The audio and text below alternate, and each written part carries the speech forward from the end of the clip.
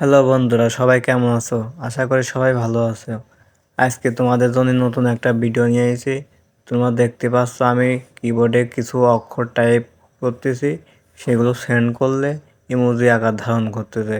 এগুলো তৈরি করার জন্য প্রথমে আমরা মেসেঞ্জারে চলে যাব। মেসেঞ্জারে আসার পর কোনো একটা আইডিতে আমরা যাব। এখানে ইমোজি নেওয়ার জন্য প্রথমে লেস দেন নেব, bracket,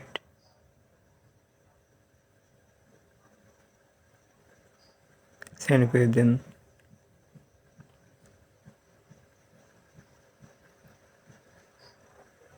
colon minus first bracket send.